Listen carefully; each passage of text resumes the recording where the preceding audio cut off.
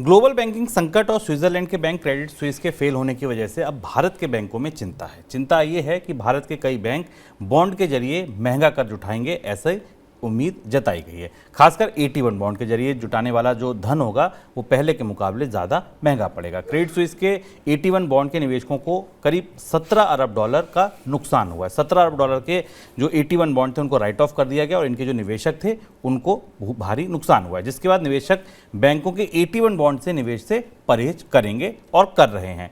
निवेशकों को आकर्षित करने के लिए बैंकों को बॉन्ड पर रिटर्न की दर बढ़ानी पड़ सकती है। आशंका ये भी है कि भारत में क्रेडिट स्विस के लिए काम कर रहे कर्मचारियों की नौकरी जा सकती है और अमेरिका के बैंकिंग संकट की वजह से भारतीय IT कंपनियों के मुनाफे पर चोट पहुंच सकती है। देखिए, अब तक ये बात थी अमेरिका तक, ये बात थी स्विट्जरलैंड तक, लेकिन अब इसकी परतें खुली तो अब इसका असर भारत के कई उद्योगों पर दिखने लगा है। पहले बात करते हैं IT सेक्टर की। सर, भारत के IT सेक्टर में इतनी बेचैनी क्यों है?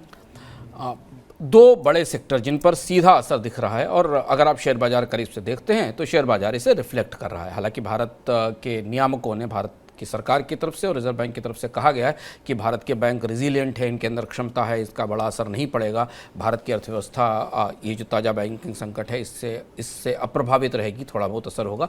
लेकिन सब सूचना तकनीक कंपनियों में ज़्यादा बेचैनी और घबराहट है शुभम। इसकी वजह यह है, इसका जो मुख्य वजह है कि जो BFSI इंडस्ट्री है, जो बैंकिंग और फाइनेंशियल सर्विसेज इंडस्ट्री है, वो भारत की सूचना तकनीक कंपनियों की सबसे बड़ी ग्राहक है। आंकड़े बताते हैं कि भारत की जो बड़ी IT कंपनीज़ हैं उनका करीब 40 से 45% रेवेन्यू सिर्फ इस इंडस्ट्री से आता है, बैंकिंग और फाइनेंशियल सर्विसेज इंडस्ट्री से आता है।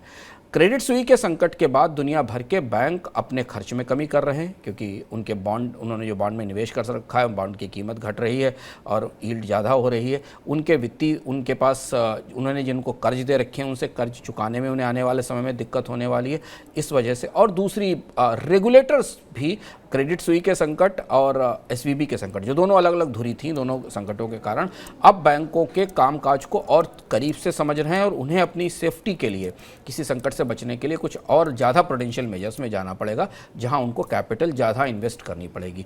ये स्थिति बैंकिंग सर्विसेज के विस्तार के लिए, IT सेक्टर में नए निवेश के लिए, नई सेवाएं, नए सॉफ्टवेयर लगाने की परिस्थिति के तौर पर चुनौतीपूर्ण है। और इसलिए माना जा रहा है कि भारत की IT कंपनियों के मुनाफों में 30 बेसिस पॉइंट तक की कमी आ सकती है।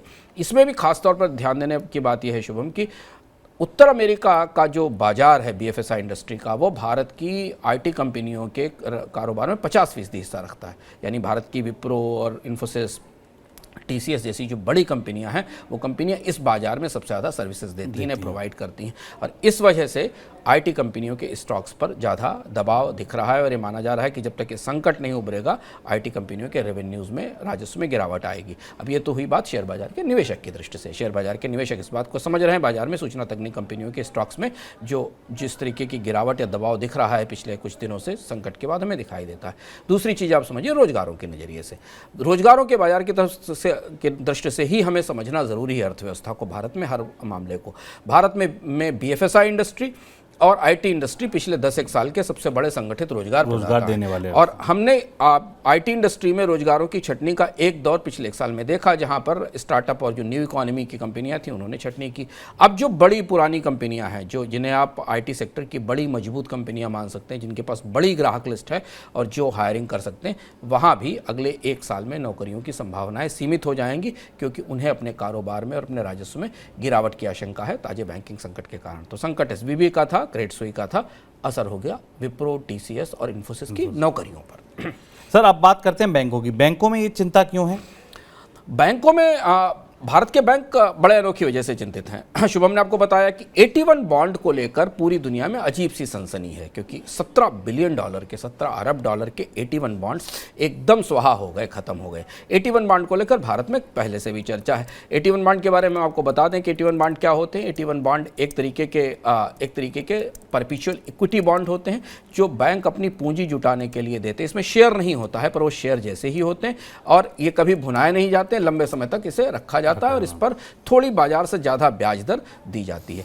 ये अब ऐसा माना जा रहा है, मैंने कल कम से कम 5-6 अलग अलग बैंकिंग के विशेषज्ञों से बात करने की कोशिश की, पूरी दुनिया में 81 बॉन्ड ऐसा माना जा रहा है बैंकिंग सिस्टम की नई फॉल्ट लाइन बन गए हैं, नया दरार बन गए हैं, क्योंकि इसके जरिए बैंकों को एक बहुत आसान विंडो उपलब्ध हो गई थी, जिस विंडो के जरिए उनको अपनी इक्विटी तो नहीं बेचनी पड़ती थी, पर पूंजी लाने के लिए वो इक्विटी जैसा एक बॉन्ड बेच लेते थे।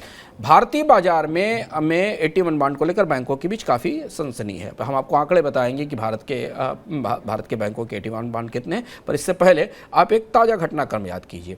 यस बैंक का 81 बॉन्ड अदालत में चक्कर काट रहा है। जैसे ही जब यस बैंक संकट में आया था और जैसे क्रेडिट सुई को उबारा गया यूबीएस के जरिए, वैसे ही भारत की सरकार ने भी एसबीआई के नेतृत्व में कंसोर्टियम बनाकर एस बैंक को संकट से उबारा था 3 साल पहले। और अब जब वो उसकी लॉक इन पीरियड खत्म हुई तो एस बैंक के करीब 8,000 करोड़ के, शायद 8,400 करोड़ रुपए के आसपास के एस बैंक के 81 बॉन्ड थे, जिन्हें खत्म कर दिया गया, जिन्हें बंद कर दिया गया, और इसे लेकर कानूनी खींचतान चल रही है।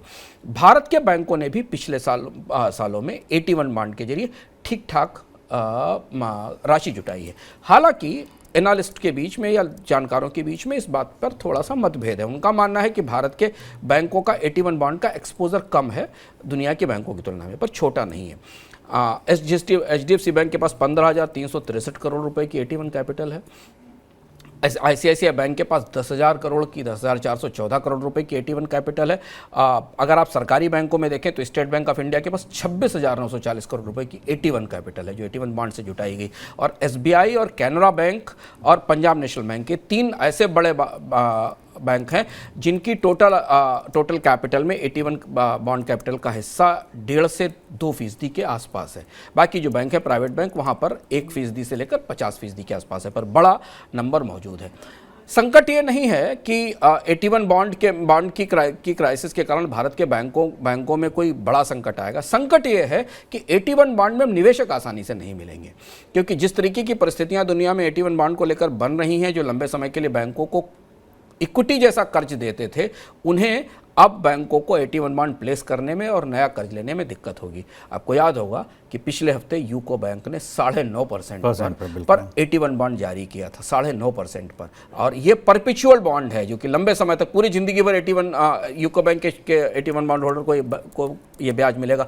कब तक यूको बैंक ये कर्ज पर ये ब्याज दे पाएगा, जबकि बाजार में दरें कम होंगी, और ये बैंकों की बेचैनी की सबसे बड़ी वजह है। और इस बेचैनी की वजह को तकनीकी दायरे से बाहर निकलकर समझें कि अगर 81 बॉन्ड की कॉस्ट बढ़ती चली गई, मान लीजिए 81 बॉन्ड पर निवेश करने वालों ने 9% और 10% ब्याज दर मांगना शुरू कर दिया, तो पहली चीज तो बैंक की प्रॉफिटेबिलिटी बुरी तरह प्रभावित होगी।